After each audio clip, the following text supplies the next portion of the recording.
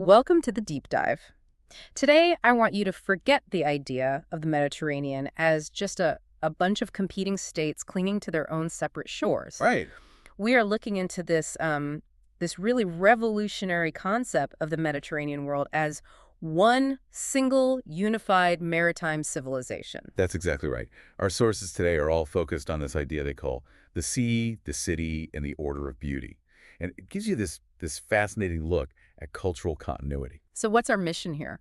Our mission is to really synthesize how this civilization, which stretched over millennia, established these timeless principles of harmony and functional elegance and, deep aesthetic value. And the core idea, which is just mind-blowing, is this concept of an urban philosophy. It wasn't just about building a sturdy port or a safe city. No. The building itself had to reflect these deep philosophical ideas about proportion, about symmetry, and its function in relation to the natural world. And critically, the sea wasn't just a barrier or a place to fish. It was the superhighway. The superhighway. That's the perfect word.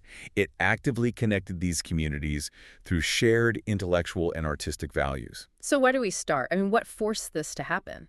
Well, what's fascinating from the get-go is how geography really dictated the necessity of it all. The Mediterranean it's inherently challenging. It's not an open ocean. Not at all. You've got scattered islands, these really elongated peninsulas, complex coastlines. It's a tricky place to navigate. But instead of that being a barrier, that very complexity, it forced the people there to innovate. It made the sea the most efficient way to get around. The only efficient way. It became the conduit for everything. Maritime technology wasn't a luxury. It was the absolute foundation of the civilization itself. And we can actually trace that evolution, Okay. right? The mastery of the sea. It shows how knowledge was passed on, absorbed, and then, amplified. Oh, absolutely. We can start our timeline, let's say around 3000 BCE with the Minoans on Crete. These people weren't just fishing. They were arguably the first to really conquer the waves for commercial purposes. So they were laying the groundwork. They were establishing foundational knowledge about long-distance trade routes, moving goods to far-off lands, and really understanding the rhythm of the sea's currents. And then come the game changers, the Phoenicians. Yes. When we talk about their innovation, it's not just a small improvement. They completely revolutionized seafaring. They did. Their innovations went way beyond just stronger hulls. They perfected deeper keels, which gave them better stability in, heavy seas. They optimized their sail rigging so they could better use crosswinds. And their ships, the biremes? Ah, the legendary biremes. 2 banks of oars. This gave them incredible speed, incredible maneuverability. This technology is what allowed them to travel and travel fast. From cities like Tyre all the way across to the Pillars of Hercules, they basically expanded the known world. That's a massive influence. And the Greeks, they saw this and they absorbed it. They inherited that tradition, yes. But then, true to form, they amplified it for military and economic dominance. Which brings us to the trireme. The Greek trireme is the ultimate expression of this. It wasn't just a bigger boat. It was the pinnacle of ancient naval engineering for that specific environment. So speed and tactics. Incredible speed from 3 banks of oars, but also crucial tactical versatility. In those narrow Mediterranean straits, the ship itself, with that reinforced ram, became a weapon. The trireme was a statement of their control over the sea lanes. But, and this goes back to your first point, the sea was so much more than just a military or economic corridor. So much more. When that Phoenician or Greek vessel docked, the cargo was never just olive oil or timber. Exactly. Think about the non-material cargo moving on every single voyage. Artistic techniques, philosophies about beauty, religious rituals, scientific observations. Wow. This constant flow forged a unified intellectual legacy. A merchant from Piraeus wasn't just buying Libyan grain. He was being exposed to, say, Egyptian astronomical charts. This constant interchange, it prevented stagnation. That connection brings us perfectly from the ships themselves to the cities they served. How did this maritime reality shape the actual structure of coastal cities? It created a very conscious, very intentional urban philosophy in cities like the ancient port of Piraeus or Carthage. In North Africa. Right. They were designed so that the gritty reality of maritime trade, the docks, the warehouses, it all blended smoothly, intentionally, with residential areas, markets, and sacred spaces. So they didn't try to hide the commerce? They embraced it. The harbor was the city's lifeblood. It was the link to the entire world. So this order of beauty we mentioned, it wasn't just about making things look nice. The architecture itself reflected these deep beliefs in proportion and harmony. It was functional elegance. Can you give us a tangible example? How did this philosophy actually look in stone and on the streets? Absolutely. The order of beauty is essentially the practical mathematical expression of harmony between human structures and the natural world. So it's not just visual. No, it's about function. For instance, city planners were meticulous. They didn't just lay out streets randomly. They designed grids to funnel sea breezes through homes to cool them naturally. They'd place a public building, like a temple, not just for convenience, but to intentionally frame a beautiful view of the water. That is incredible. They were designing the experience of living in the city in dialogue with the elements. Precisely. They understood that their achievement existed in dialogue with nature, not in opposition to it. You see this in Hellenistic cities. They built these beautiful colonnades all along the waterfronts. Which weren't just for shade. No. They transformed what could have been a chaotic, messy commercial dock into a grand public space, a place for civic gatherings, for philosophical discussion. Commerce and contemplation shared the same aesthetically controlled space. And if we look at the actual construction, this was all mathematically rigorous. Grounded in geometry. The architectural systems, like the placement of columns or the ratio of a temple's height to its width, these were derived from mathematical principles, many observed in nature. They were seeking a kind of perfection you find in numbers. You can even see it in the little details. You can. Stone facades would have these relief carvings of maritime scenes, dolphins, ships, tridents. The art itself was articulating the culture's absolute dependency on and respect for the sea. This makes so much sense. And it leads us right into the economic engine behind all of this. Commerce as craftsmanship. They had to. If they built their cities with such incredible care, that same philosophy must have applied to the goods they were trading. It did. The trade routes became this intricate web, but the ships weren't just carrying material goods. They were transporting artistic styles and innovations. The exchange was inherently cultural. So a merchant ship from Tyre? All right, imagine that ship. It's carrying those famous purple-dyed textiles, a hugely valuable commodity. But it's also carrying the aesthetic choices of that culture. The colors, the patterns, and maybe even the latest philosophical treatise, all the way to Athens. The goods were cultural ambassadors. And the complexity of this whole system, it must have required massive interdependence. That interdependence was the glue holding the civilization together. You can map it out. The Levant focused on luxury goods, intricate glassware, metalwork, textiles, things that required generations of technique. While other places provided the basics. Exactly. Egypt and Sicily supplied the grain that fed the huge urban populations.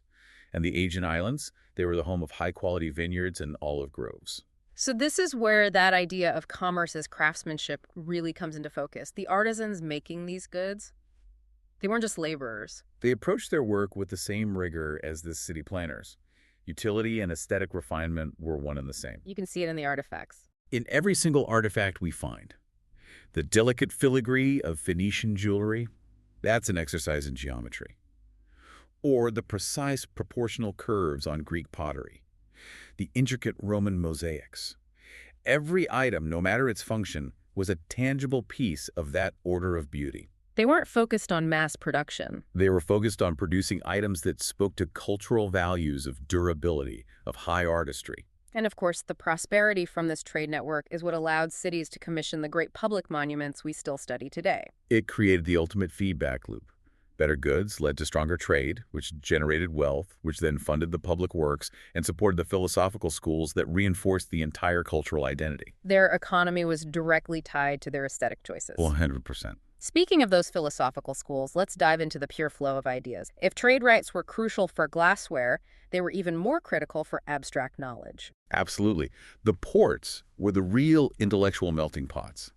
This is where ideas clashed and merged and evolved. Ships carried fundamental mathematical concepts, like Pythagorean theories, from southern Italy all the way across to the Great Library in Alexandria. And philosophy, too. Stoic philosophy, which gave them an ethical framework for commerce and civic life, moved dynamically from Athens to all the major Roman ports.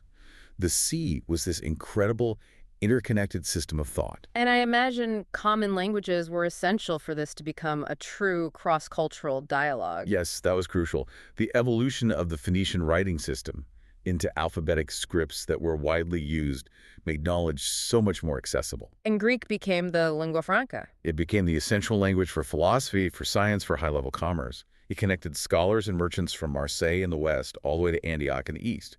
This shared linguistic backbone allowed for a collective progressive mindset to grow. So this urban philosophy wasn't developed in isolation. It emerged through these continuous, sophisticated conversations that actually embraced diversity as a source of harmony. That blending is the secret sauce. This civilization seemed to understand that cultural purity leads to stagnation, whereas cultural synthesis, that continuous conversation in the ports, creates resilience and innovation. Which brings us to the big question. How much of this legacy actually endures today? It's easy to look at ruins, but does this framework still exist? Oh, the continuity is profound, and it goes far beyond archaeological sites. You can see its influence so clearly in, for example, Renaissance Venice. Which was designed around water. Consciously designed as urban flow around water and trade. You also see it in the urban planning of modern Barcelona, where the waterfront is integrated into public life, not walled off as some industrial zone. They inherited that core principle. That's a great point. But what about all the empires that rose and fell? Roman, Byzantine, Ottoman. They must have reshaped the landscape. They did, but the core maritime cultural framework was so functional, so logical, that it persisted underneath it all. So they built on top of it. They added new layers instead of replacing the foundation. Byzantine architects used Roman engineering. Ottoman builders respected the urban layouts they inherited.